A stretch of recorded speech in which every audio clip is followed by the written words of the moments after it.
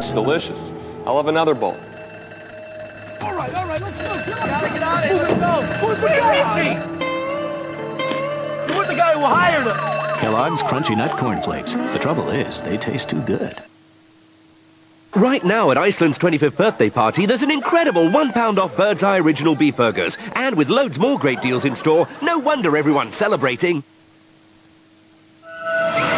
Look, don't move. Opium. I watch and watch. I'm watching us. Opium. You have seen something. I the woman. You the man.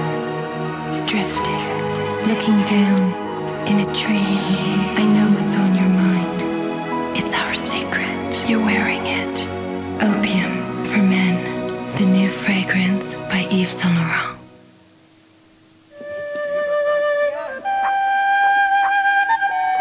What takes business presentations to a whole new level? The Intel Pentium processor.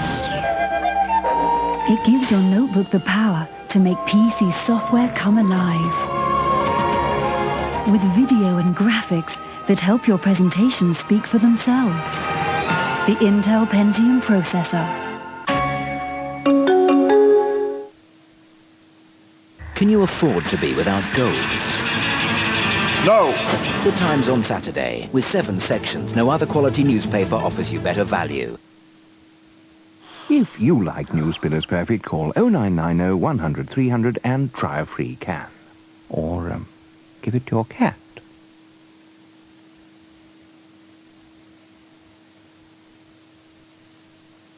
What extraordinary new show is coming to Channel 4 with me, Mickey Hutton, challenging contestants to battle it out in a test of skill and intellect?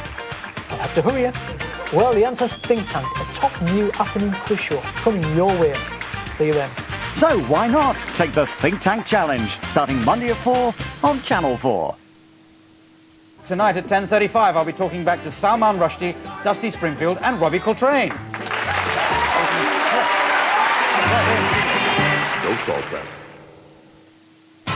On 4 now, a brand new series, Heroes of Comedy, begins with a tribute to the irreplaceable Tommy Cooper. Well, I must say you've been a wonderful audience. And I'd like to finish now with a little song. I can always tell when an audience is going to be good or bad. Good night.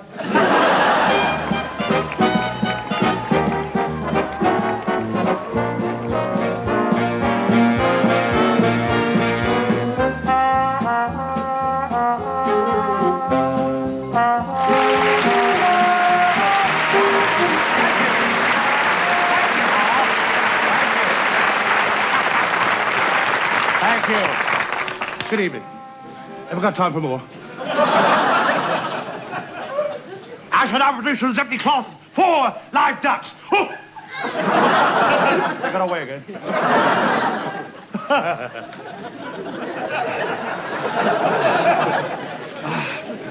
Look, see that? This one does the same look.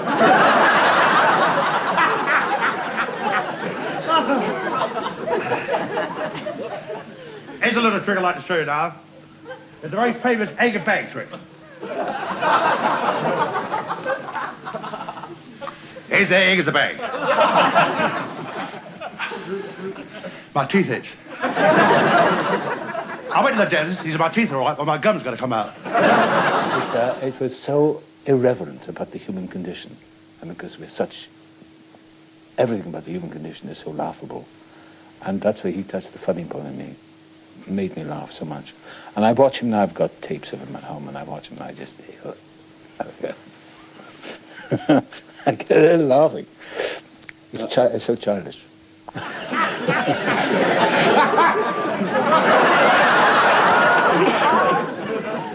Let us say we're vanishing in front of your very eyes. And you... Oh, my feet are killing me. They are, every night when I'm lying in bed, they get me round the throat like that, trying to straighten.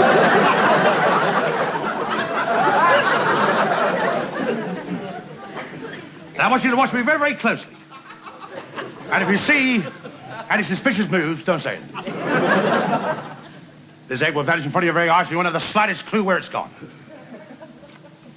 And yet, on the other hand, I've got 4 fingers and a thumb.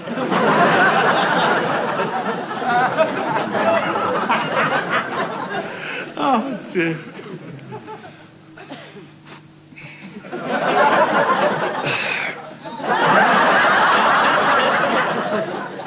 Look, managed to pretty right. You have to slide the screw where it's gone, have you? Hey, where? Under my arm? No. Another one? No, look at that there. Look at that. This one? No, look at that. Higher? How's that? You're such an anarchist and such a fool. And the seriousness of actors has always left me cold, but people like Eric Morecambe, Tommy Cooper, Ken Dodd have always got to me because they laugh at themselves, they laugh at us, and I thought he was the greatest of them all. I think what he did was made us laugh at the fool in ourselves. I don't know, I can't analyse comedy, not being a comic myself. I envy comics, I wish I had been a comic, but I don't have that skill. Look, it clicks to my hand, look at that. It can't fall down. Got my finger there. A solid one. We've vanished in front of your very eyes. And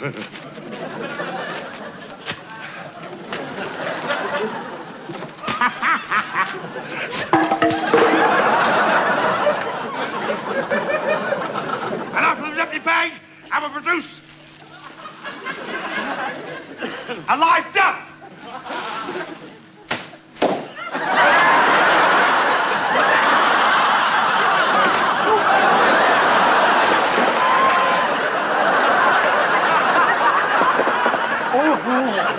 I once said to Tommy, we were talking about comedians in general, sitting in his dressing room at Skegness on the pier. And he said, Arthur Askey, he said, Arthur Askey.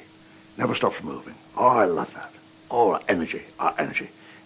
Goes this way, goes that way. He's walking towards you, he's walking away. And the hands are always going. And I thought, well, that's you, Tom. You do that. I didn't actually say, but did you get that from Arthur Askey? It was quite obvious that he has. By osmosis, all comedians absorb that which they can use, that they see is effective. And certainly, I never saw Tommy that some part of him was not in motion, conveying activity. And the audience always fed on that energy. They loved it. I wander lonely as a cloud that floats over dales and hills. Right.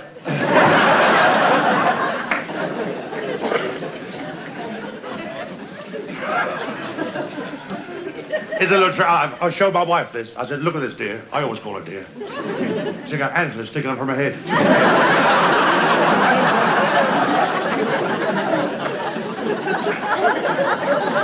No, I'm only joking. I got the best wife in England. The other one's in Africa.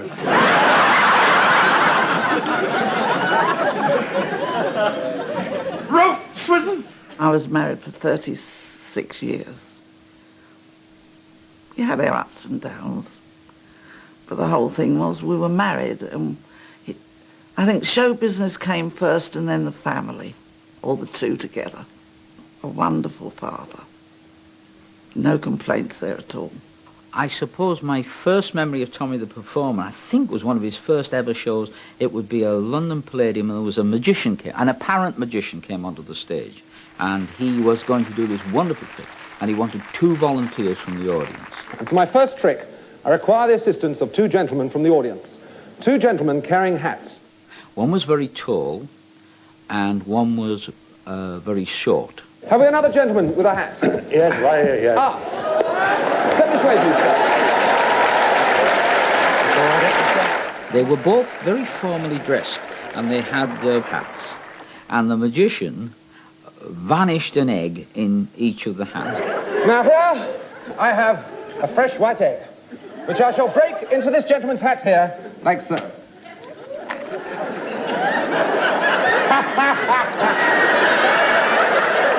Here I have another fresh white egg,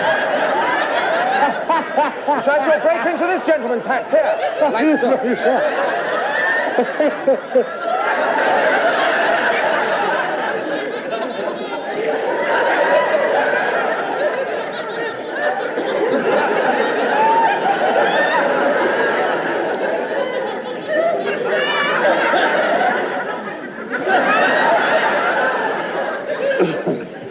Tom, he had that wonderful expression that he could look at things.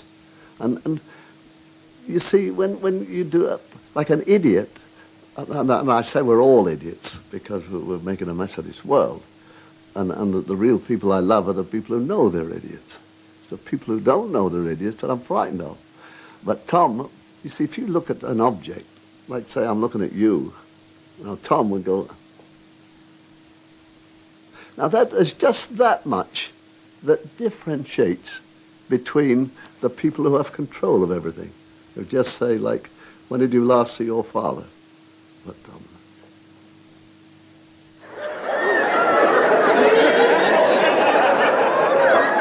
And you knew the eggs were still in the hat. I failed. Failed. After 15 years. Failed. Failed.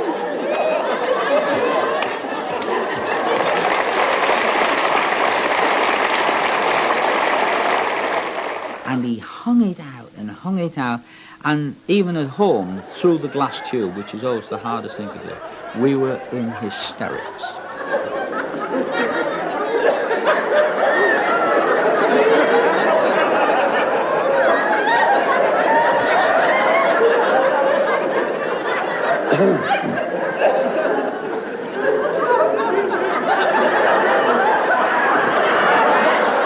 That's the quality of Tom and the quality of all these great comics that we know and love, is their vulnerability. Zo zei het. Toen ga je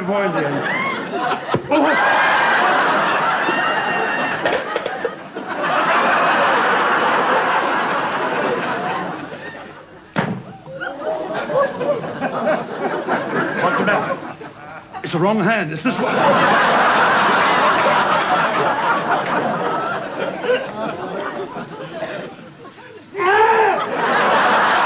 The face was a call for help, wasn't it? Please help me out of this. Please, please. Marvellous character, and honestly, he used to make me laugh.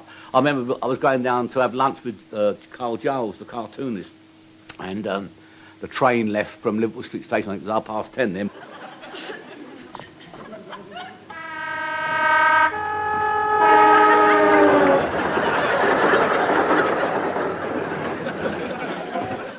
Coming back from Giles' luncheon. Well, I tell this story, it involves my dear friend Dennis May Wilson, and I love him, one of the greatest directors of comedy ever, Dennis, but he has got an unfortunate habit of yapping a lot. He does like to talk. And we get on this train, that was with me and Tommy, Dennis and Doug. Tommy got up and went out, and he was gone for a long time, and finally Doug said, Johnny, I'm getting worried about Tommy. I said, oh, yeah, he has been gone a while. He said, well, look, could you find out where he is? Have a look. So I thought, right, fine. So I get up and go out of the compartment, walk along to the toilet, and it's got engaged on it. I bang on the toilet, there's no answer. I bang again, there's no answer. And so I saw one of the guard coming along, and I said, look, don't make any fuss. I said, there's probably nothing, but a good friend of mine, Tommy Cooper, went to the toilet, and he's been gone for a long, long time. I'm wondering, is there any way we can have a look in, And he said, yeah, sure, I've got the key. So he opened the toilet door, and he said, oh, hang on, he was pushing it, you see. I thought, oh, Christ, what's happened, And he shoved again, and suddenly his head came round the door, and Tommy was sitting in the toilet with his back to the door, you see, his feet stretched out. He's a big man, his head came round the door, and he said, has he stopped talking yet? I was in Margate last summer for the summer season. A friend of mine said, you want to go to Margate? It's good for rheumatism. So I did, and I got it.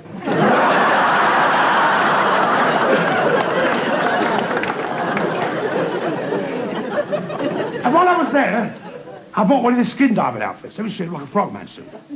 Bought the whole thing, goggles, big flippers, tank on the back. And I had a photograph taken like that and like that. Well, you never know, do you? You never know. And I went to the bay and I jumped in, because you're not supposed to dive in, it's dangerous. And I jumped in like that, and I think I turned a little bit all the way down. And I went down to about 155 feet. It was lovely, very quiet. And I'm going along like that. I've got the instructions here.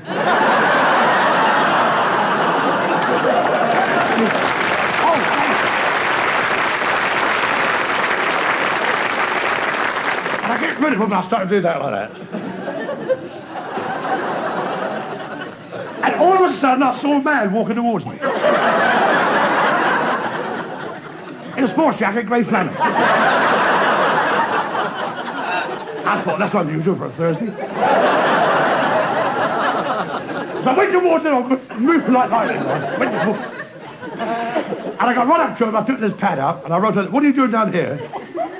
Walking about in a sports jacket, grey flannel." And he took this pad from me, and he wrote on there, "I'm drowning."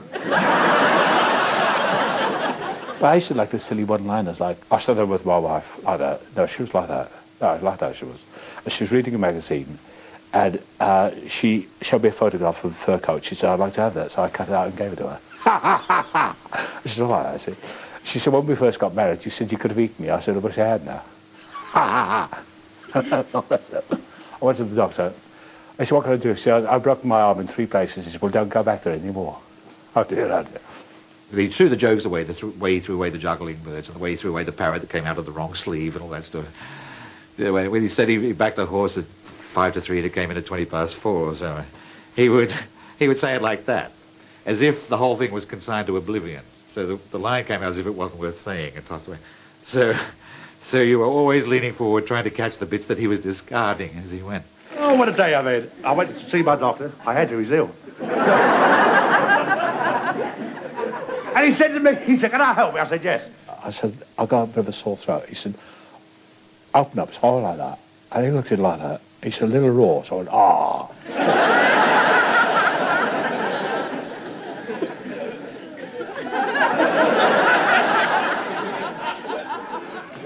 He said, "I want you lying down on the couch." I said, "What for?" He said, "I want to sweep up."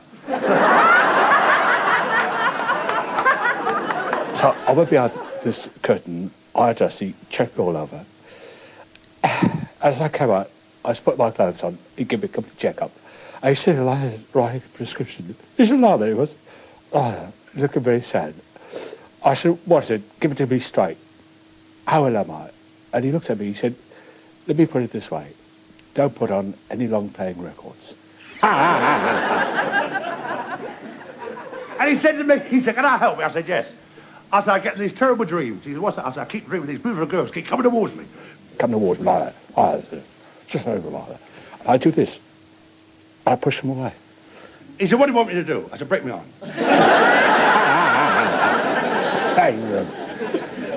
I think he wasn't a very well man. I don't think he was a hypochondriac as such, because had he been a hypochondriac, he would have looked after himself. And to my knowledge, all the time I spent with him, he never really looked after himself. Tommy said he'd given up alcohol and smoking, because we knew how bad his lungs were. Whereupon he promptly popped open a tin of lager and started smoking a cigarillo. And I said to him, "I thought you'd packed it in." And he said, "You can't call this drinking. Ash or smoking." So nothing could have stopped him. He's an unstoppable man. He suffered terribly with his legs, you know. I mean, how he stood up was beyond me. What is it? Hey, what is it? What is it? What is it? And thus it was on this last appearance that Tommy made with me, his last but one on TV, that he made an entrance that absolutely put me on the floor. And I am certain he had planned it together with our producer in order to put me on the floor.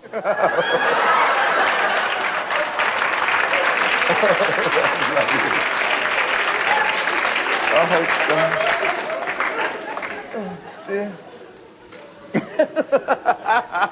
I never know what's going to happen. I know. This is part of Tommy's marvellous ability to use his body. He strutted like a chicken, and he used the legs of the props to convey this effect. It was very, very, very funny. Though for the life of me, I would never have written it into a script for anybody else to do. I wouldn't have written it into a script at all. It's not the sort of joke that you'd think of. Tommy would think of it. Tommy would hear chicken legs were available, and therefore he'd want... Play the music, please! Anything!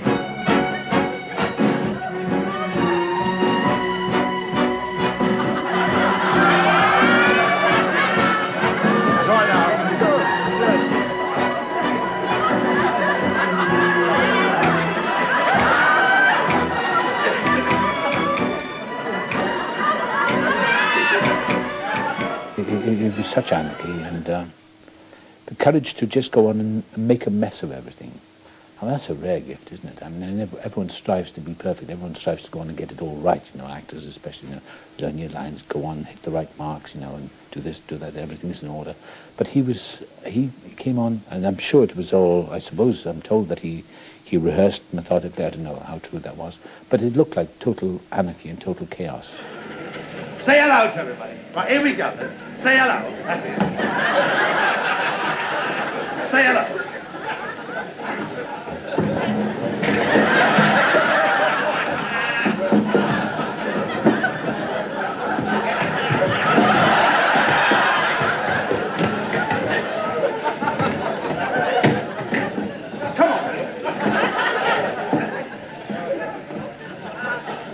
What are you going to sing, then?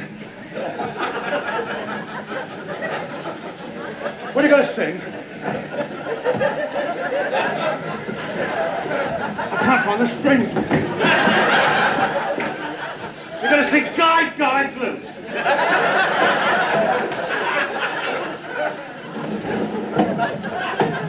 Here we go, then. Guy Blues. Guy!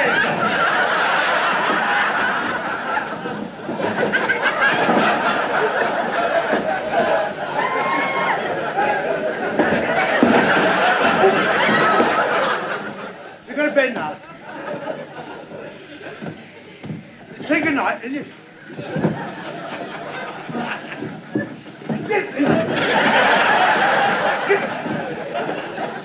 Get in there! Oh! Sure. You want to sing one more song? Huh? One more song.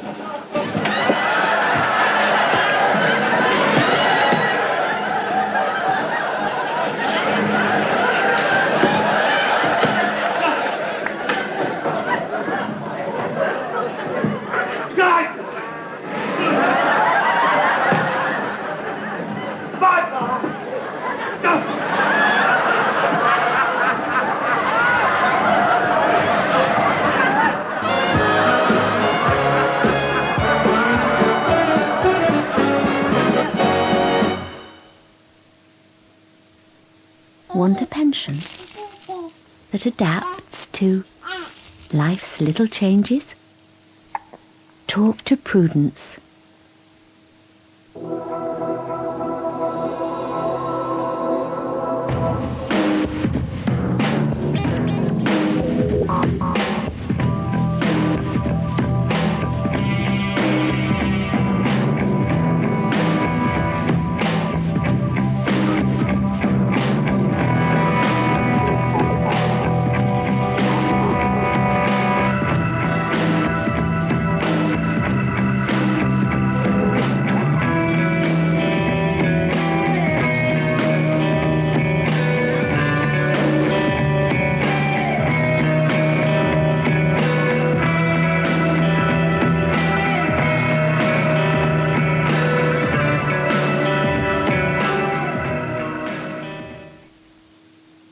Can you afford to be without gold? No. The Times on Saturday. With 7 sections, no other quality newspaper offers you better value. When Charles Dunstan started the Carphone Warehouse, he wanted to cut through the mumbo-jumbo of mobile phones. People don't want to be blinded with fast, they just want to know which network and which tariff is right for them. Carphone Warehouse, how can I help? We are totally independent. Impartial advice. Would you be using the phone abroad? You can even send a fax on this phone. We do offer a thing called a total freedom guarantee, which by paying £15 you can come out your contract. Break a contract. We are the only company that offers that. Which then leaves you free to change from one system to another. Either Cellnet, Vodafone, Mercury, or Orange. It's not really complicated at all. No sales pitch, just friendly people and honest advice. The Carphone Warehouse. Drop in and see us or call 0800 925 925 for your free catalogue.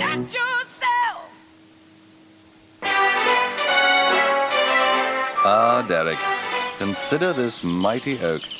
What poets and artists it must have inspired. A tree like this might easily have hidden the young Charles II during the Civil War. However, now is not the time for sentimentality. There, a perfect drinking surface. Where better to enjoy a can of Flowers Original. Derek? Tales of the Black Horse. Morning, Posty. The unfounded fear. Ah, good boy, Scorcher. Bill. And the bank would like to see us. Now then, Mr. and Mrs. Cooper, I see from our records that you're overdrawn to the tune of 1 groat. Shall I bill them now, Master? Go ahead, Mungo. Fortunately, the Lloyds Bank manager merely wished to invite them to a service review. It's a chance for our new customers to tell us if there's any more that we can do to help. Scorcher. We'll shift some of your standing orders so they come after payday. Left-handed, eh? Perhaps you'd like one of our left-handed checkbooks. Scorcher! Not to worry, I'll put one in the post. The service review, another legendary service from Lloyds Bank. The thing I like about this pool is the Swallow Hotel attached to it. Swallow Hotels, because in business, you deserve all the breaks you can get.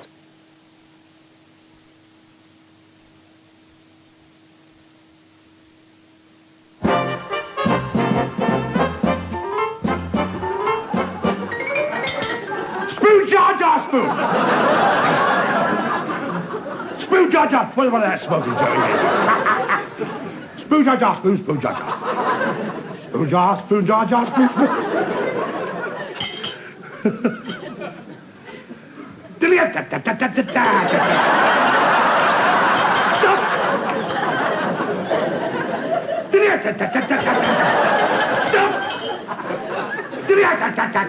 Well, pull it. All comedians went to watch him.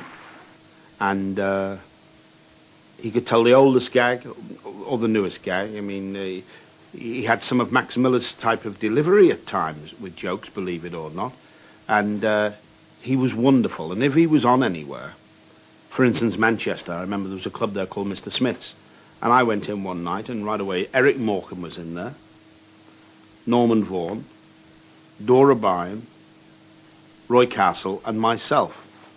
And he came on, and you just laughed as soon as he came on. He had several types of entrances, but this night, genuinely, a tray of drinks went over. The waiter, genuinely, not a gag, it went in the middle.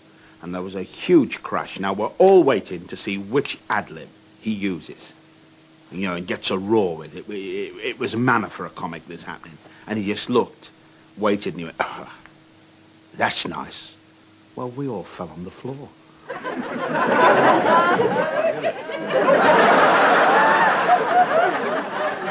It's funny. It's not you, is it? I met him only once, alas, and the whole thing turned into a Tommy Cooper sketch. It was in one of those fantastically dreadful cafeterias that you have in television companies or did 20 years ago. And he was queuing for tea, and I was queuing for tea behind him. I did one of the things you should never say, like, I have to tell you this, but, you know, without you, etc., etc., ... He said, oh, that's nice. He said, you've made my day. The very moment he said, you've made my day, I spilled 6 cups of tea all over the tray and all over him. And from then on, it was a Cooper sketch of picking up cups. And it wasn't supposed to be like this. Would you care for a cup of tea? Thank you. Ah, thank you very much. Thomas, do have a drink. Have a drop of whiskey. There you are. As a matter of fact, she hasn't told us much about you. There's a green fly in there. I beg your pardon? But he's happy. He's looking at him swimming about. Well, now, I don't suppose my daughter will be very long, Thomas, so you and I can get to know each other. Would you care for a sandwich? I mean, Thomas, what are your intentions? Well, I thought we'd go to the pictures. No. I think Father means after that. Well, between you and me, I like to drag her in our shop doorway. And with a bit of luck. Yes, quite. But that's no concern of ours, of course, is it? Here, have a cigar. Oh, yeah. There we are. That's it. That's the fellow. That's better. You're not eating your sandwiches.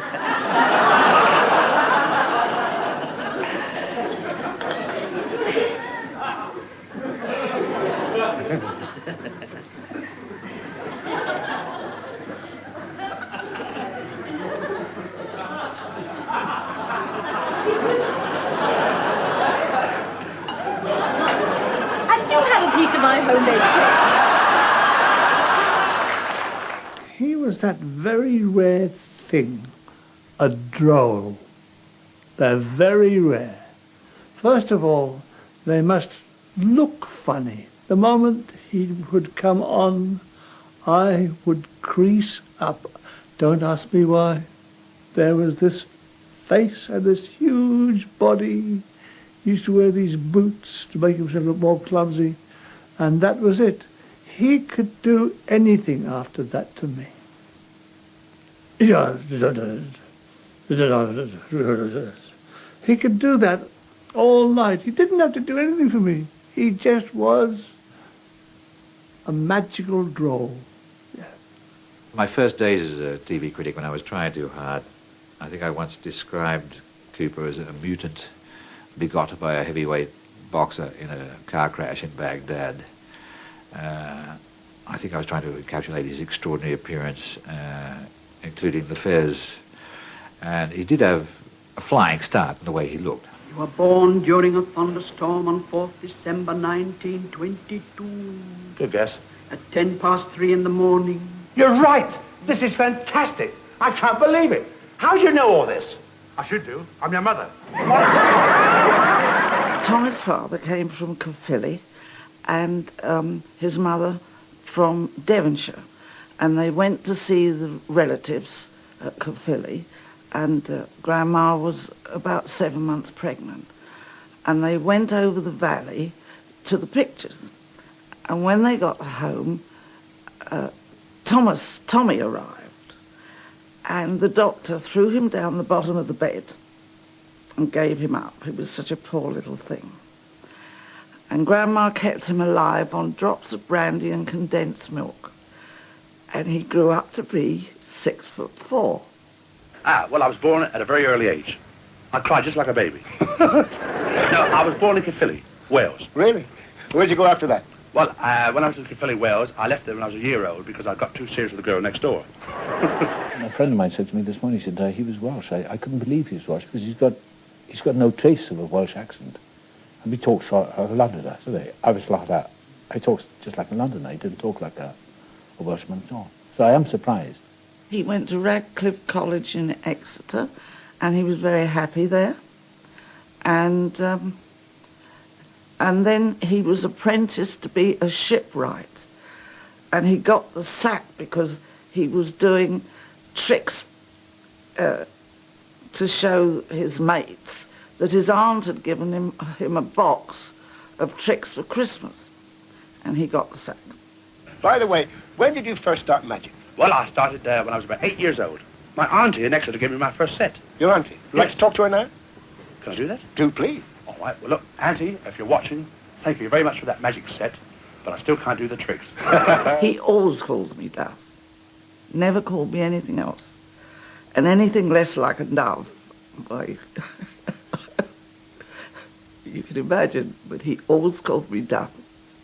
I met him in Egypt, and I was sent to Alexandria on a Christmas Eve to be a pianist in the show, because I read music. And I said to this big man, give me your dots, your music. And he said, I haven't got any, just play the Sheik of Araby. And that's how we met. I just fell. That was it. A very big man with the most beautiful blue eyes. I just fell in love with him. And then 6 weeks later, I married him. In World War II, Tommy. I remember it. Yes. It was in all the papers. Come on. Yes. You were one of the stars in Battle Dress, right? Well, I was eventually, but I was in the Horse Guards first. I was 7 years in the Horse Guards. 7 years? Yes. Big horses, 17 hands. No feet, just hands. So, And then we used to go out on manoeuvres, and to about 4 o'clock in the morning. And when we came back, 4 o'clock, we had to clean the horse, groom the horses, do all the saddle, all the bits and the stirrups and everything. Then we used to go up into the barrack room. Now, there's always a barrack room lawyer, isn't there? Yeah. And he's always saying, we're not allowed to do this. We can't do this. There's always one. We're not entitled to do that. We're not entitled to do the King rules and regulations. We're not entitled to do that, I tell you that. I see, and I listened to Crotty. And the sergeant came in, he said, rifle inspection in 10 minutes. See? He went out and he came, and he said, I'm not going to do mine. He said, I said, no, I'm not going to do mine at all. And he said, no, he said, rule 28, page 28. And he went, no. And I believed him. I did, I believed him. Sergeant came in, he said, right, get your rifles ready. I stood up and said, we're not clean.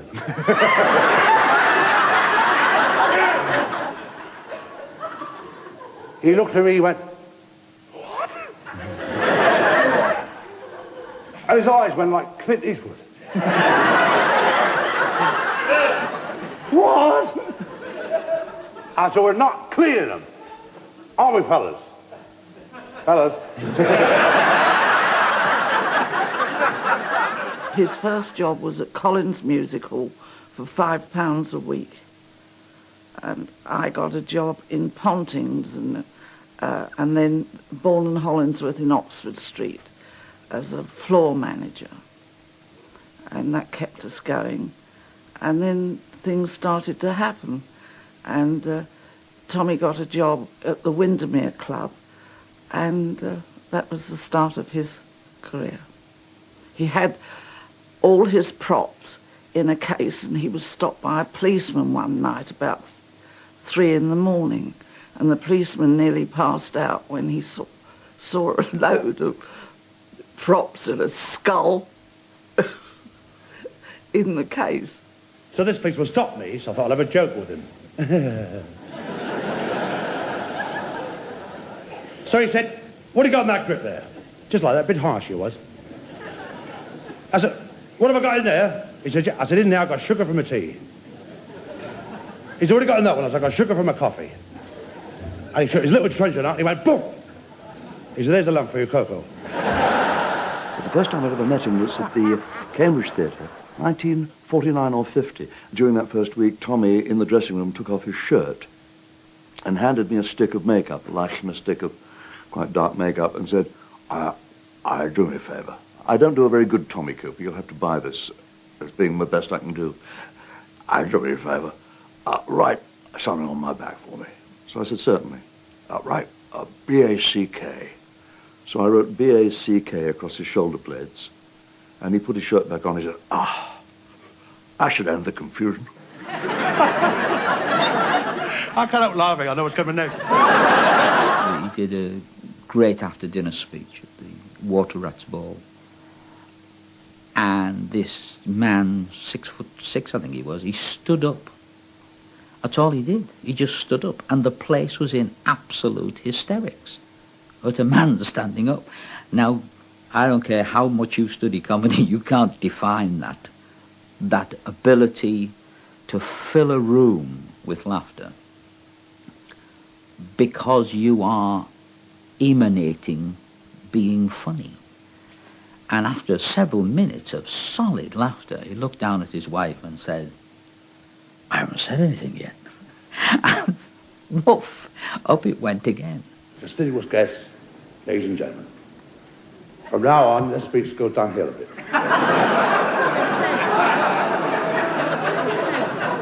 What? You've got to put your face on. Not yet, not yet. I told you to wait in the truck, didn't I?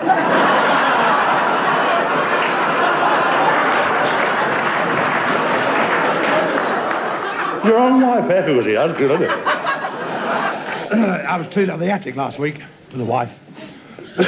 Filthy, dirty, covered in cobwebs. But she's good for the kids.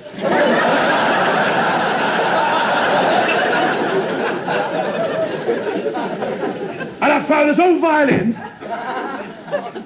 This old violin. And this painting, all painted. So I took him to a an expert, and he said to me, what you've got there, he said, you've got a Stradivarius and a Rembrandt. Unfortunately,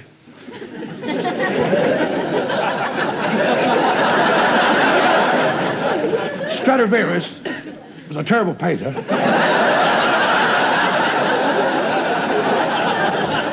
And Rembrandt made rotten violins. And they had a chiming clock at home. And it seems that he'd come home from the pub, and I think he'd had a few, and words led to words, as they do, with all husbands and wives. And she's gone potty, and she slung this clock at him, which she's done out the way. It's hit the wall and dropped down, and it chimed, "There's no place like home." And the two of them just fell about, you know. I don't think you could be annoyed with him for a long time. Well, I'm sure you couldn't. He took my alarm clock for television, and I hunted high and low for this alarm clock. And when I saw it, he was doing that trick, watch. What? He had my alarm clock on the stage, which I'd been hunting high and low for. That wasn't very funny either. He never knew any idea of time, of how long he'd done. Timing, brilliant. Time itself meant nothing to him. We were doing one of our shows together in a thing, and I had to meet him. I was going to meet him at in a little pub next to Thames Television at 12 o'clock. Now, 12 o'clock, there's nobody there, you see. And it's fairly good, so I thought, well, there's him, and there's the producer, and there's me. So now I'm directing it and everything, having written it. So it'd be a nice time, too. So it comes 12 o'clock, like 12:15, and it's time to fill up a bit. And I said to him, he's late, you know. I don't like Tom when he's late. And he knows that I like people to be on time. And he said to me, you can't tell Tom off. I said, yeah, well, I think it's time I did. And it was 12:30, I said, right, now I was really getting, but I said, I'll tell him when he comes. Well, obviously, Tom must have got the vibes, because he knew that I like punctuality.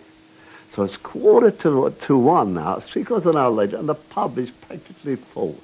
And the door opened, and Tom stood at the door, and he had a bowler hat and his pajamas. And he's standing at the door, and everybody looked around like that. And he walked straight up the table where I was sitting, and he stood, he said, I'm sorry, I couldn't get up. He used to be in bed, and the ITV were phoning me up, where's Tommy? And he was in bed, and I used to go crazy, pull the bedclothes off him and have a terrible row. He was always late, it was awful. He nearly gave me a breakdown. He couldn't have been early if he'd tried. I remember playing golf with him when I was a kid, and he invited us back for lunch, Dennis King, his brother and I, and we were living on, if you like, chip butties and packets of crisps and the odd lemonade, you know. We had no money. And he said, come back, she's made a roast lunch. Well, I mean, it was like going home to Mum, wasn't it? You know, roast lunch and gravy and roast potatoes. And he said, he was in a rented house, you know, in Blackpool. He said, just wait here, up the lobby. And she cooked this beautiful dinner. And he said, they're not coming. They decided to play another 9 holes. She said, they're not coming. They're not so-and-so coming. And all the magic words were coming out. And she went, they're not coming. Well, I'll tell you what. And she came up, and we were in the corridor, and she went, oh, hello, boys. Isn't he naughty? And well, we fell on the floor, you know. I can see that now. That was great. He was terrible to live with before a show, because he was a bundle of nerves. And then after the show, he'd buy me flowers. And that's it. Thank you very much. And now, ladies and gentlemen, I'd like to show you this wonderful trick now from the gently vase or vase. I will now produce a bouquet of flowers. A bouquet of flowers.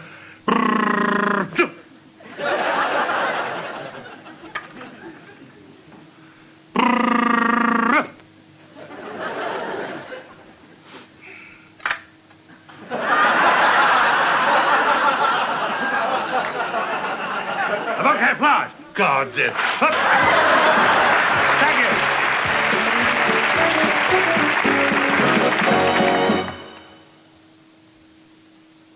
To celebrate Disney's brand new tale of adventure and discovery, Pocahontas, McDonald's introduces a delicious McChief sandwich. 100% pure beef, cheese, crisp lettuce, fresh slices of tomato, served with tangy salsa and sour cream and chive sauces. Disney's Pocahontas at a cinema near you. The McChief meal at a McDonald's near you. If your idea of a typical estate car is something that resembles a wardrobe on wheels, take a look at the new Citroen Xantia estate.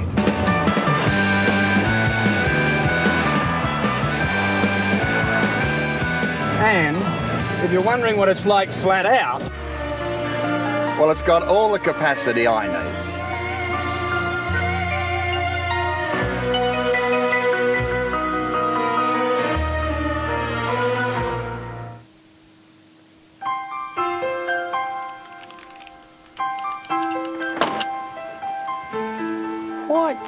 It's the Greek god of fertility. Calimera, Bruce. Cali what? It's Greek for good morning. How the whole tone? I'm relaxed, recharged, and ready for work. Well, Adonis. You know that ad in Evening News? Look at all the new leads it's pulled in. Oh, you're joking. By the time I get through this lot, I'll deserve another holiday. Don't know what you're smiling at. Work smarter, not just harder. Talk to us on 0800 800 800. John Smith's Extra Smooth Bitter slips down like a penguin through a trap door.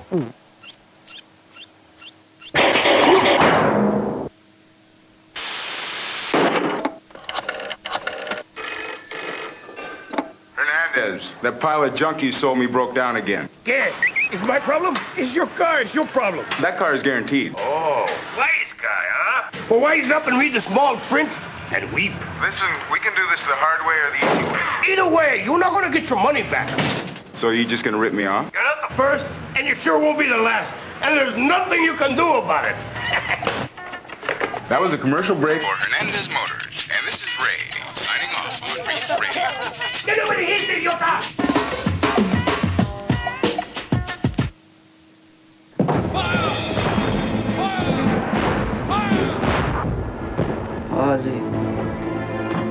The Admiral's called for you, sir. He's fading fast. Hardy.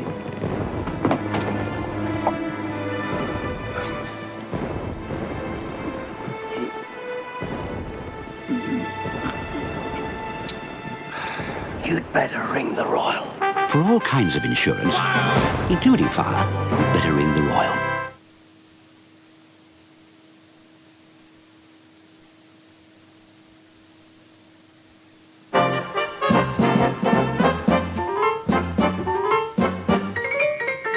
Oh, dear.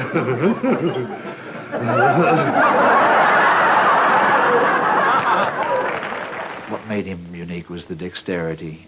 He's really got one predecessor, Cooper, and that was W.C. Fields. Fields was, of course, a brilliantly accomplished juggler, but on stage he would literally throw it all away. And once it started going wrong, the audience was in on it, which is always the great secret, I think, of a focused performance on stage. Just the audience will only love a performer who lets them in. That's why a juggler can come on and juggle 7 things, including the kitchen sink, and they won't love him. And I think one of the reasons that people found him so amazing, it was you'd never seen a conjurer, a magician, who wasn't little and dapper and neat, who hadn't got small, clever hands and cunning little ways, pretending to be drunk, pretending to be sophisticated, or pretending to be something that enabled them to put over their magic.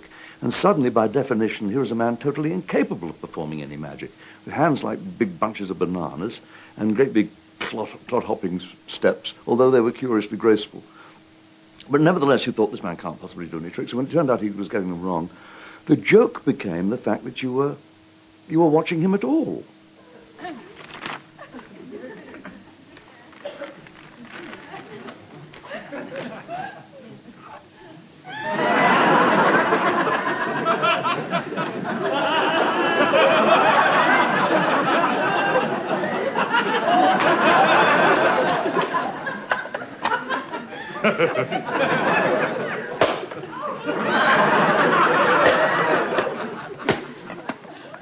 I want to make the clock disappear from the box.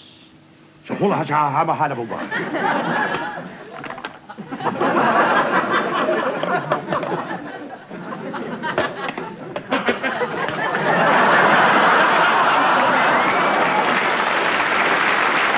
Thank you.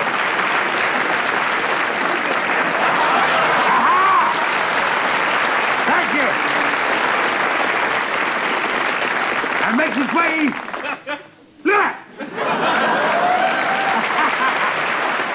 In destroying the magic, he elevated it. If he just stayed doing magic, the world would have missed a great clown. And this great clown showed another way of looking at his art form. And his art form was magic. Magic is an art form. But Tommy, by poking fun at it, but never nastily. There's a trend sometimes to poke fun nastily. He was never nasty. He always tried to do it, and occasionally succeeded, much to his surprise. He made audiences aware that magic could be enjoyed, and therefore he elevated it.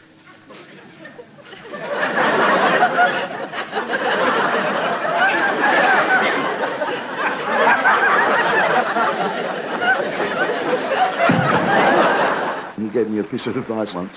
When you're doing something physical, don't practice it in front of a mirror. Now, that surprised me, because I've always thought if you're doing something physical, practice it in front of a mirror. But Tommy's advice, I think, was based, from the best that I can recall, is that if you work in front of a mirror, you become engrossed with yourself.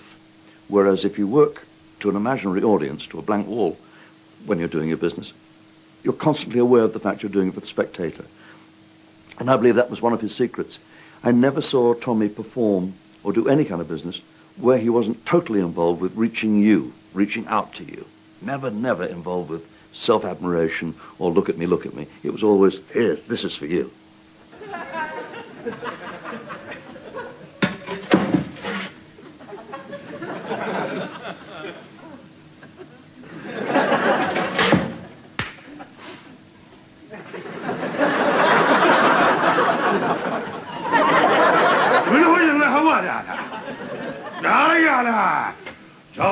Oh, voilà!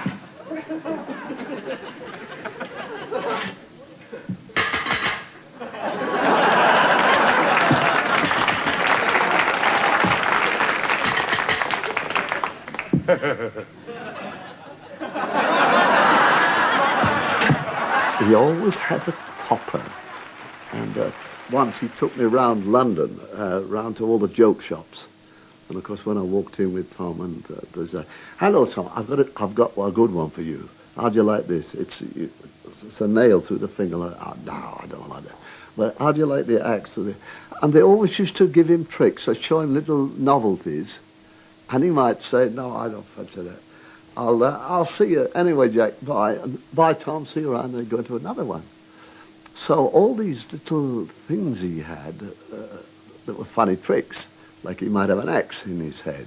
And he used to come on and say, oh, I've a shocking headache. I've got a sore head.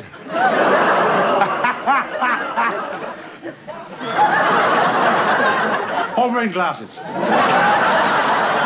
You know, sometimes when you go to the cinema, and people behind you keep talking, like that, and you can't listen to the film, with this, you can. So you put it on like that, look.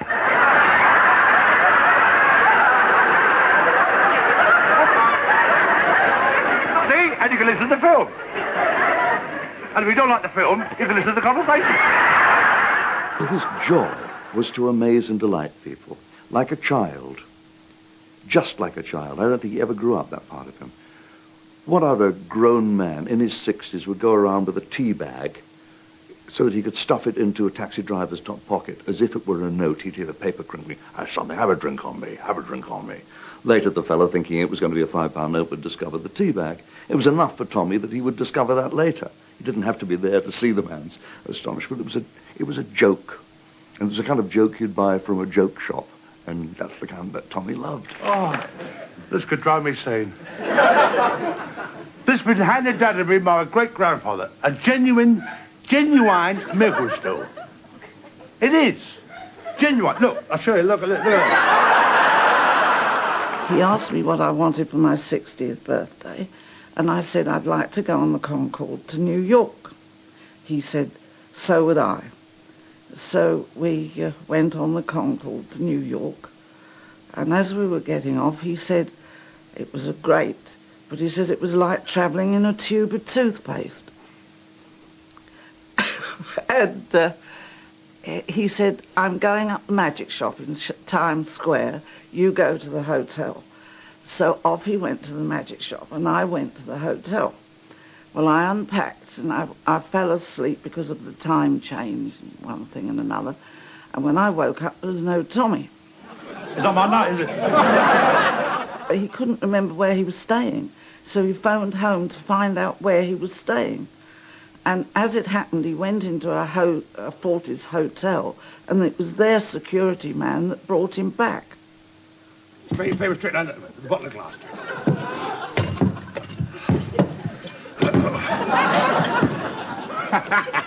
Come on.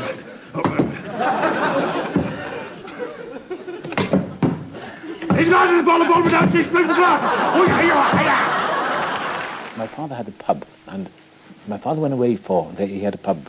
He was a baker by trade, but he had a pub in South Wales, in Cardion, near Newport.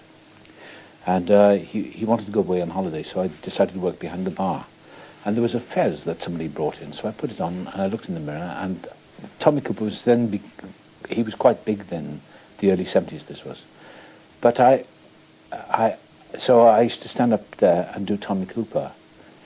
And by the time I came back, I used to have a floor show there. I used to do Tommy Cooper in the bar. And that's my first, I just remember that. That's my first time I've ever performed as Tommy Cooper behind the bar, serving in the bar. I had a lot of fun. I got a lot of laughs on that.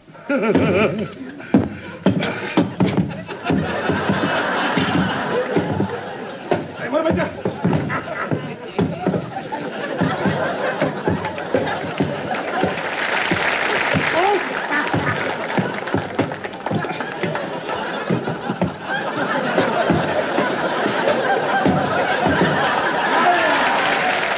Sometimes didn't like people laughing at him. I went in the golf club at Sudbury one day, and he just said to the barman, we played a bit of golf, and it'd been great, not golf, just a wonderful morning, having a walk, and he went, I'll have a gin and tonic.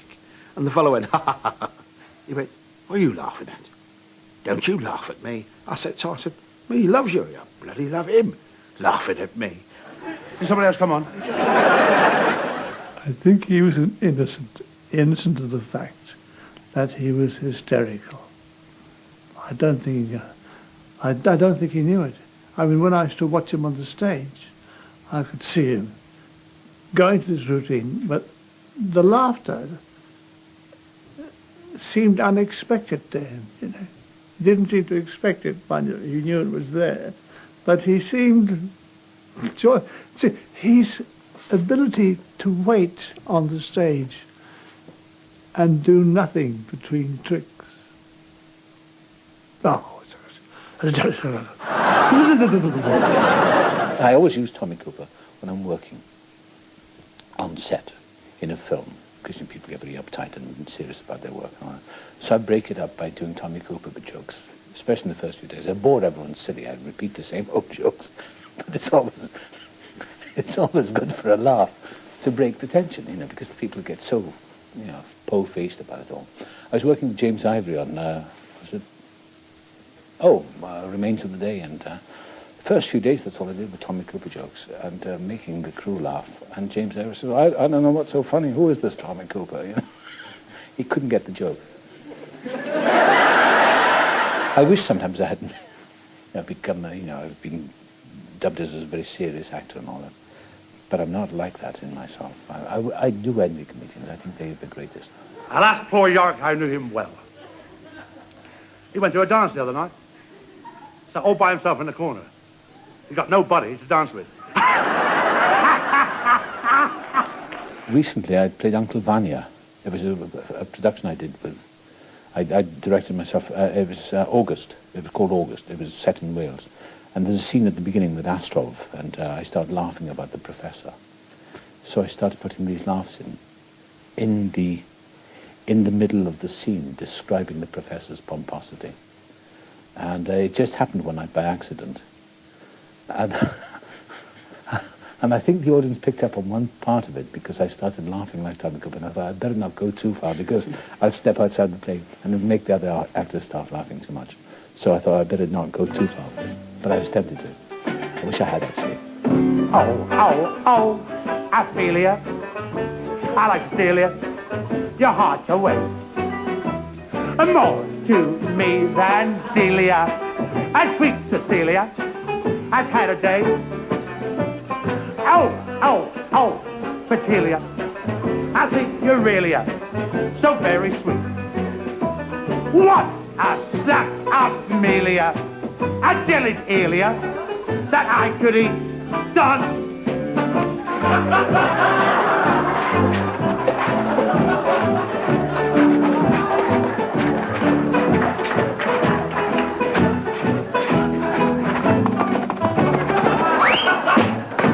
All together now.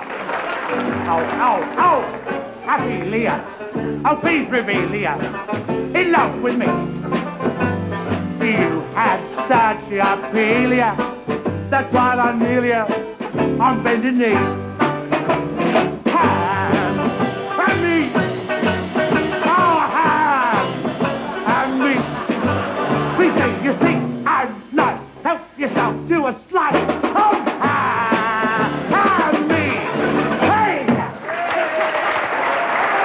Thank you. Tommy would take a routine that others had done before. He used to do things like the hat twist. It was an old magician's prop. It was a felt disc. And in fact, it was a Frenchman called Truey used to do this and twist hat shapes out of it. And I guess in its time, I've seen it performed as a quite serious piece. But Cooper was hysterical.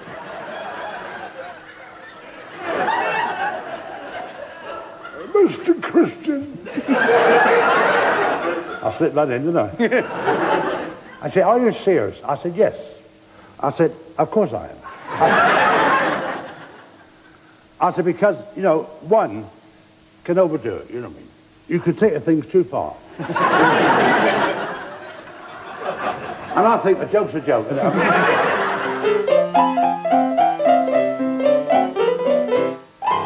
Once Tommy knew that hats were funny, once it had been demonstrated, he relentlessly went down that course and produced everywhere he went. I think he bought a hat. If he saw a hat in a shop, it was really funny. That's funny. So he'd buy it. And it went in the act higgledy-piggledy whether it was funny or not, until it was funny. It was New Year's Eve at Joe's pub. A happy mob was there. The bars and tables were crowded, lots of noise filled the air. In the middle of all this gaiety, the door banged open wide. A torn and tattered tramp walked in. Happy New Year, folks, he cried. The crowd just looked at him and laughed, and some began to jeer. But a sailor standing at the bar said, "Shiver ahoy, mate, have a beer." "I thank you, son," the tramp replied. "But beer and me are through. I'll never touch a drop again, but I'll split a bottle of rum with you." Then up jumped the bank manager, who happened to be there. "Throw that tramp out," he cried. "He contaminates the air." "Them's harsh words, friend," the sailor said. The banker said, "So what?" "Them shooter words," the cowboy said. "Are you aiming to be shot?" It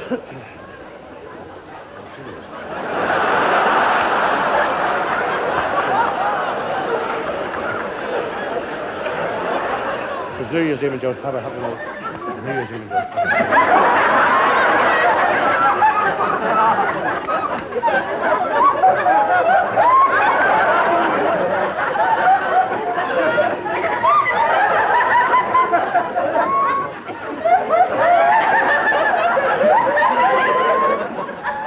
I won't be a minute. Then, up jumped a woman.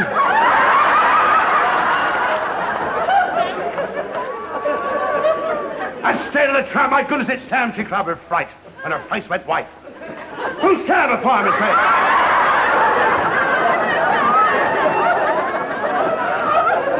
"The tramp. Where's the tramp?" "Put it a knife, as Aunt Sammy cried. And that painted woman once called herself my wife. Don't stub him, Pod! Cowboy's head. Grab a knife, soldier cried. The fireman hit the tramp, so that painted woman is my promised bride. Nuts! Don't make me laugh! No, don't make me laugh. The tramp replied, you cannot wed that horse. Why not, said the fireman. The tramp replied, we never were divorced. It's a lie, the woman shouted. It's the truth, the tramp yelled out. Take it easy, said the sailor. I gotta get a bigger box. I can't find a bigger. What was I talking about? Who was I up to? Tell me, I'm gonna be here all night. Who was it? Sailor. Hold everything, said the sailor. Thanks very much. What the heck's it all about? Who are you? Yes, who are you? Who are you to buddy, the beggar said. The cowboy said, shut up! The soldier said, take it easy, boys. Oh, God. Oh, God.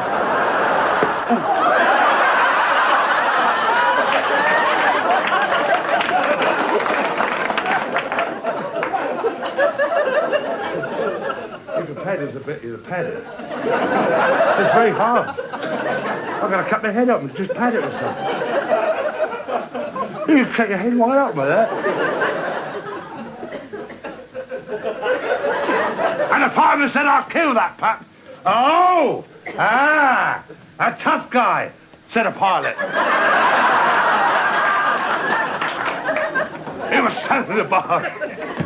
The cowboy hit the fireman, and the fireman hit the floor. He got up straight away, looked at the woman, and said, I was a mug for you to fall. And then he hit her. My gosh, she screamed. Ah. And then the fight was free for all. In rushed the Frenchman.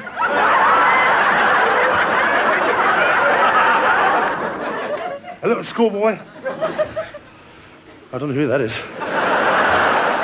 Then all of a sudden I heard a policeman's whistle. They heard a policeman's whistle. They heard a policeman's whistle. Isn't it marvelous, eh? That's all he had to do. And he's wearing makeup as well.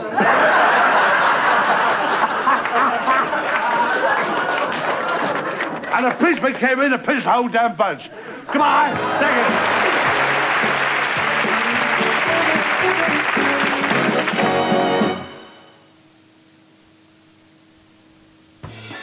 The Volkswagen Golf L.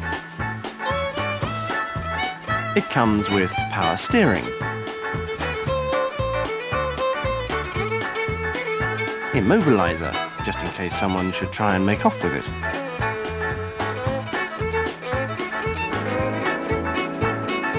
Driver's airbag, because you never know what's round the next corner. And 2 years free service and maintenance. Not that a Golf takes much looking after, of course.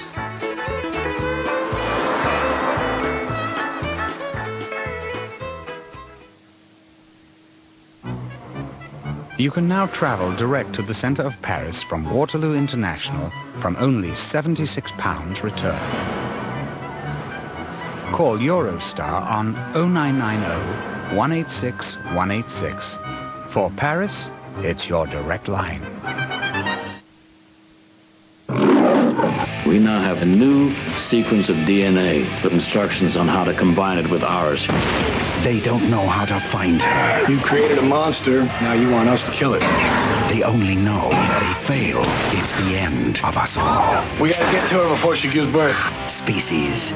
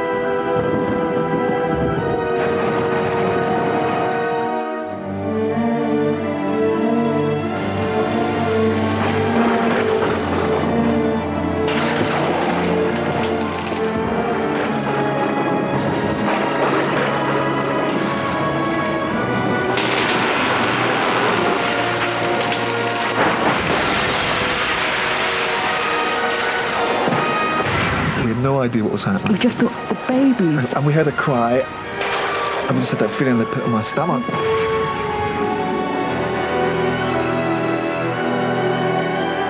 Everybody was terrific, though. And even the insurance guy was there half an hour after we called. They found us somewhere to live, and they paid the rent. Teaches you a lot about people, doesn't it? It does. Commercial Union. We won't make a drama out of a crisis.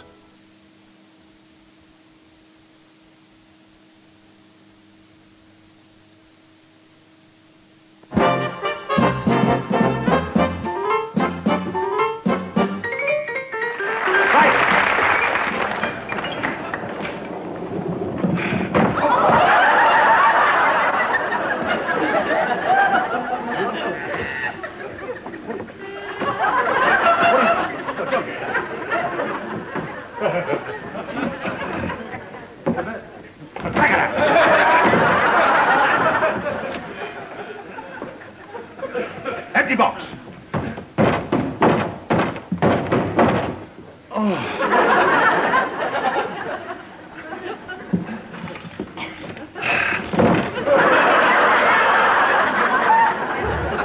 Oh, it's dark in there. All right, Jack.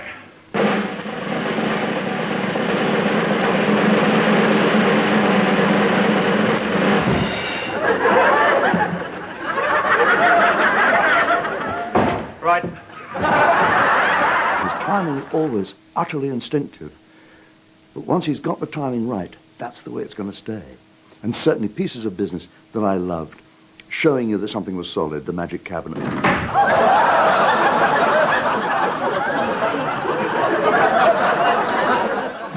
The timing on that was always impeccable, always the same. Empty! Empty! Empty!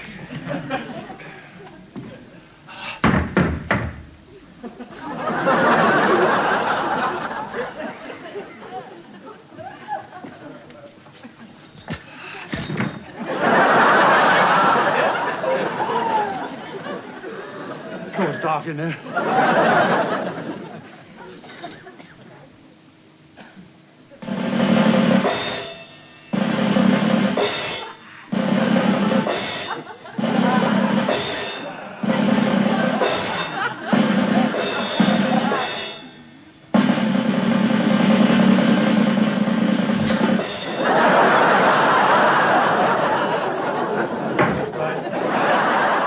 It always looked as if it had happened for the first time. Of course, that was his secret. He always made you think, even though you were waiting for him to do a trick, and when he got around to the bottles and the glasses, it still looked as if it was the first time he'd ever done it, and it could go wrong. And it did go wrong. And you knew it would go wrong, but you thought maybe he didn't know how to make it go wrong, but he did. All thought out. It was, he used to spend about half an hour in his dressing room arranging all his tricks, and so that they were all there. So if he'd walk up to the table and go, and then he'd put it down and walk away and do something else. A lot of that was worked out. He's just a very, very funny man. But I believe totally aware of what he was doing to make it funny. He had a quick brain, too. You know, he came to my office. I had about 8 or 9 people in the office. And the door opened, and Tom walked in. And of course, everybody said, "Hello, Tom, how are you?" "Hello there, how are you?" And Tom had he had an overcoat on, which it must have been worth a fortune. It was beautiful Crombie, but, tailored and everything. So I helped him off with it. He's telling a story. So I said, "Go on, Tom." And I held it up like that and dropped it on the floor, you see, at my office. So Tom went on telling us, say, "Look, and he said, 'Of course I got this." And he picked it up, and he was brushing it down.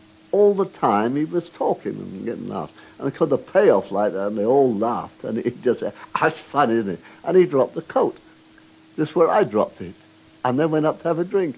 And this is the wit of the man. The sea's getting up, bosun. It's a bit late this morning, sir.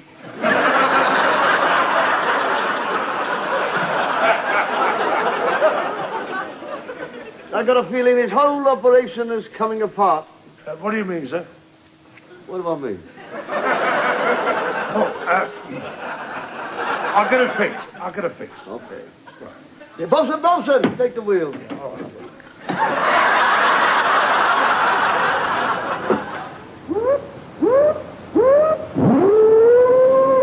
Bosun!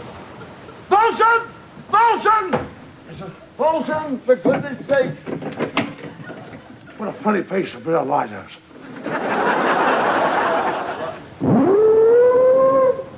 I'll have a word with the chief engineer.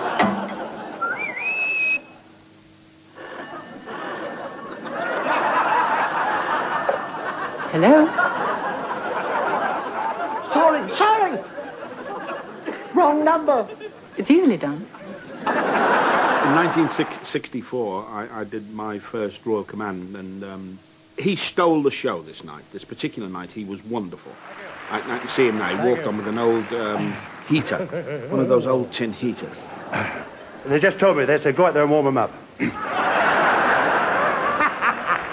Thank you.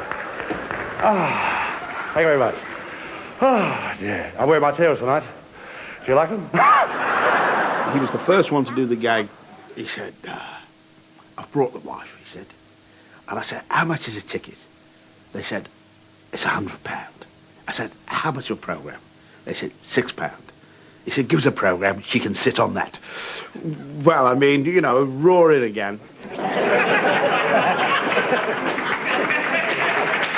Now, would you just hold the tray like that, sir? No, I told you, I turn around here like that. Yeah, I'll turn it there like that, sir. All right, sir. Thank you very much. Just hold it. Just hold the tray down there. Just down there like that. That's it, sir. Hold it there like that. How's that?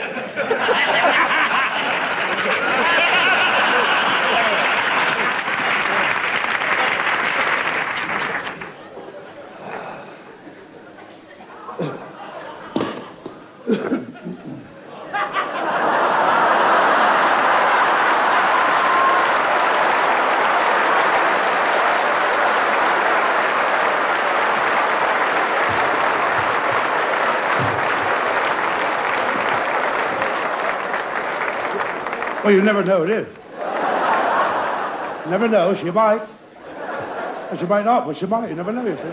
I was next to him in the lineup, and people have told this joke, but it is true. There was Scylla, Brenda Lee, the American girl, myself, and Tommy. That was as the Queen came round the corner. And, you know, I mean, you're going to meet the Queen of England. Wonderful. I'd only seen her close up on a stamp. And there he was, and she went, you were wonderful tonight, Tommy, so funny. And he went, oh, thank you. Did you laugh? And she went, oh, yes. We all laughed, and she's looking at her entourage, we all laughed. He said, was I funny? Oh, she said, yes, terribly funny. He said, so you laughed then? And then she went, yes, I laughed. Oh, he said, good. Could I ask you something personal? Well, Bernard Delfont, who didn't have the knighthood in those days, then the Lord, he stiffened. The equerry who's gone ahead stiffened, and everyone's gone. I haven't shook hand yet, so I'm thinking, oh my God, it's all going to end here. No, and she went, as personal as I'll allow. He said, do you like football? So she went, not particularly. He said, could I have your tickets for the cup final? Well, I mean, she roared, she giggled and laughed, oh man. And I've got a picture at home of me shaking hands, and everyone's laughing. It was wonderful. The drawing by Heath Robinson was very much like Tommy Cooper, and I thought I'd like to take my chance and make a tribute to him because of this drawing. Yes, I'm a goblin Tommy Cooper. I can do tricks with a hat. I can walk upside down with a barrow, so they've made me a water rat.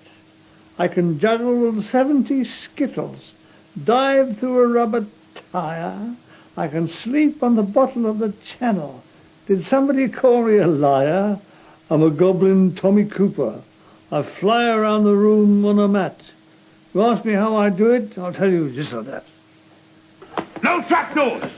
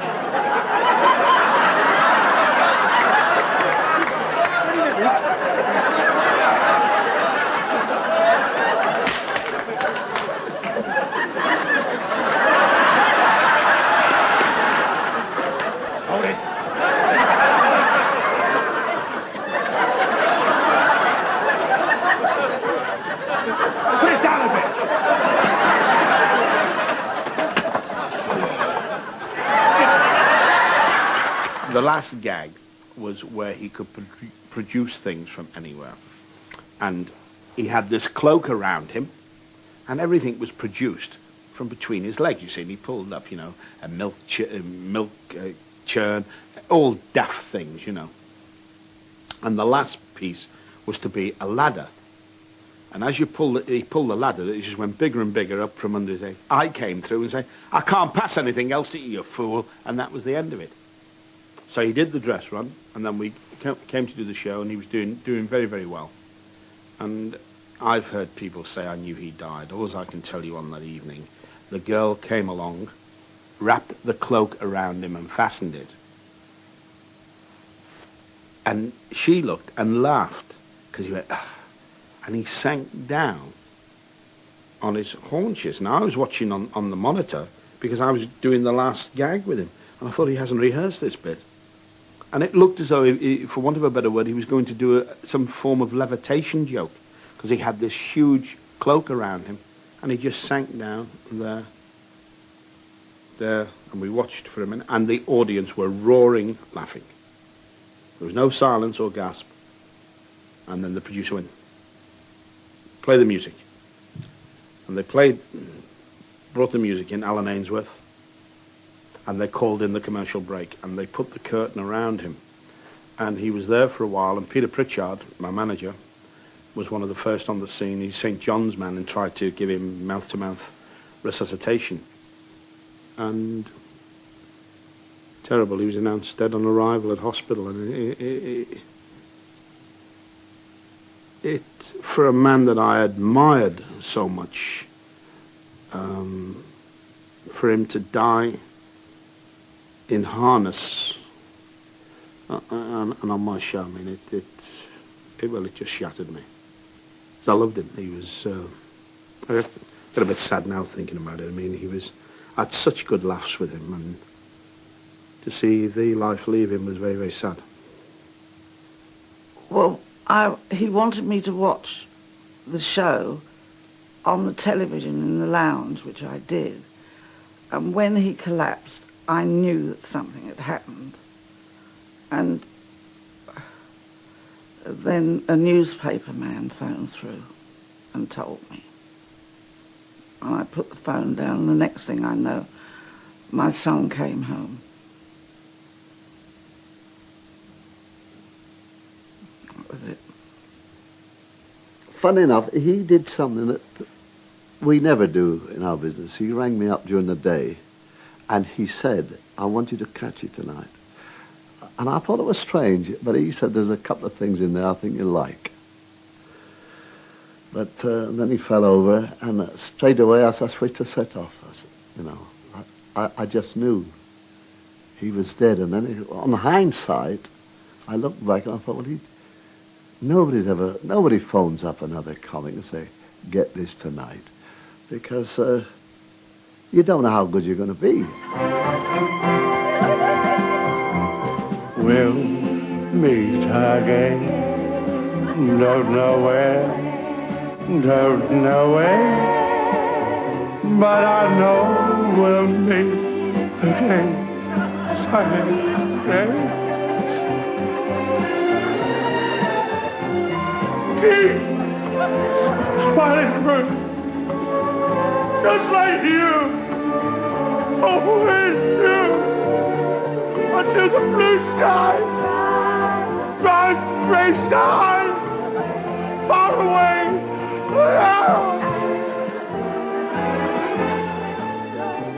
Yes? I shall never forget the first time we met.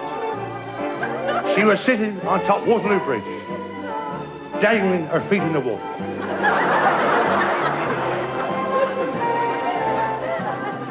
She cocked one eye at me, and I cocked one eye at her. And there we stood together, cock-up.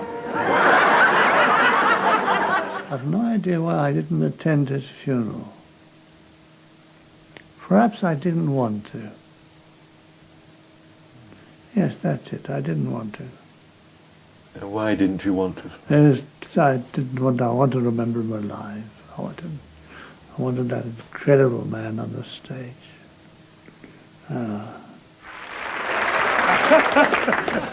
Oh, dear. Rose, arisen. I don't like it anymore. Look, see that glove? Second hand.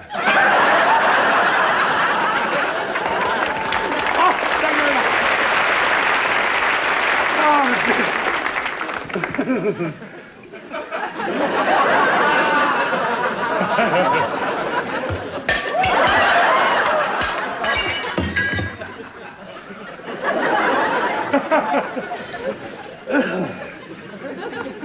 I backed your horses, 20 to 1. Give me 20 past 4.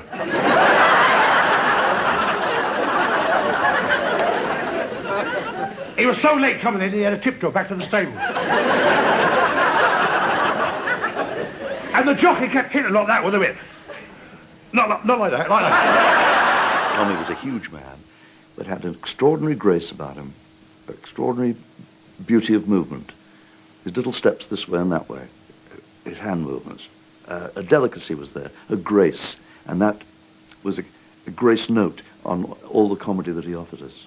But he did say to me one time, he said, people say, I've only got to walk onto a stage, and they laugh. And he said, if only they knew what it took me just to walk onto that stage. And I said, whatever you do, Tom, don't try to analyze it. Just thank God that he gave you that gift. He's miraculous, really. He was more than funny. He was miraculous. He was miraculously funny. Tissue, all fall down. Come on! I'm chic of that revy. Your love belongs to me.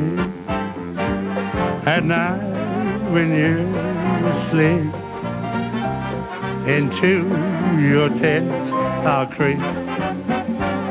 The stars that shine above will light our way to love. You rule this land with me, the chic of Araby. There's good comics, and there's poor comics, and there's comics you think, yeah, he's pretty good, he does okay. You know, he's a good workman, but he was a great, great comedian, and all as I know, Fish, that if it was tonight, I'd grab Parky, you, me, and a few of the others and say, come on, we'll go and watch Tommy Cooper. And you know, you'd come out laughing, saying he's daft, it's stupid, but you'd be crying with these stupid things that he did. But they were so very, very funny.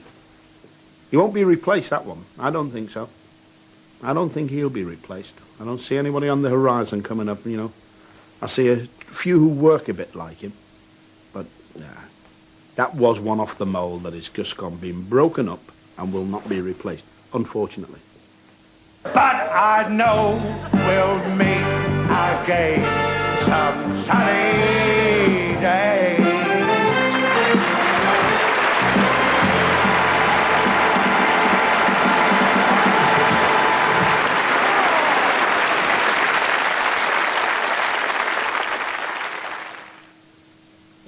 Children, gather round because we are going to do our lovely Moving to Music. The definitive Joyce Grenfell. Oh, I say, how jolly pals throbbing. I think you're just born like that. Honestly, I'd rather not speak about it. Glamorous, but not beautiful. Call me sausage. She would get beyond satire into near tragedy. Heroes of Comedy, next Friday at 9 on 4.